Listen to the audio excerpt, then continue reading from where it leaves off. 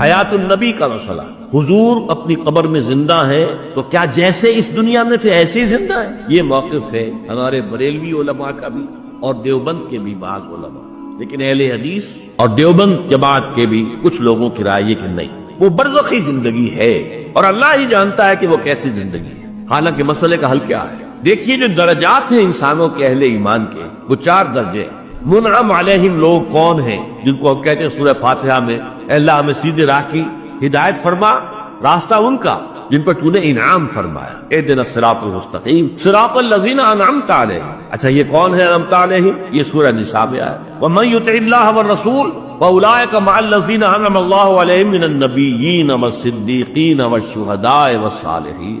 جو اللہ اور اس کے رسول کی اطاعت پر کاربند ہو جائیں ان کو معیت حاصل ہوتی ہے انبیاء کی، صدیقین کی، شہداء کی اور عام صالح اہل ایمان کی۔ یہ 4 طبقے ہیں منعم علیہم۔ سب سے اوپر نبی، ویسے نبیوں سے بھی اوپر رسول، پھر یہ کہ نیچے صدیق، پھر نیچے شہید، پھر نیچے عام اہل ایمان جو نیک ہیں صالح۔ اب ان میں یہ تیسرا درجہ ہے شہید کا، جس کے بارے میں قرآن کہہ رہا ہے وہ زندہ ہے لیکن تم ان کی زندگی کا شعور حاصل نہیں کر سکتے، تم نہیں جان سکتے کیسے زندہ ہے، بس ہم کہہ رہے ہیں کہ وہ زندہ ہے، مانو کہ وہ زندہ ہے، باقی اس تفصیل میں جانا کیسے زندہ ہے، کہاں زندہ ہے، کس طور سے زندہ ہے، روٹی کھاتے ہیں، کچھ اعلیٰ ترین جو ہے جنت کی خوراکوں کو پہنچا دی جاتی ہے، یہ سب ساری کیوں فتنے پیدا ہوئے کہ آپ نے ایک ایسی چیز کے اندر دخل دے دیا جو عالم غیب سے متعلق ہے۔ عالم غیب کی وہی بات ہم مانیں گے جو رسول نے بتائی، قرآن میں آئی ہو یا صحیح حدیث میں آئی۔ عالم غیب کی کوئی بات اپنے طور سے اس کے بارے میں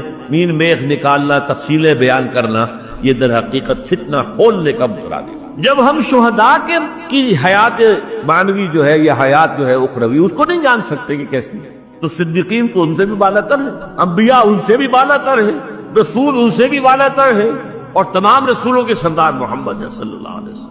اللہ نے کیسی زندگی دی ہے، اعلیٰ ترین زندگی دی ہے، ہم کہتے ہیں یقیناً، لیکن کیسی؟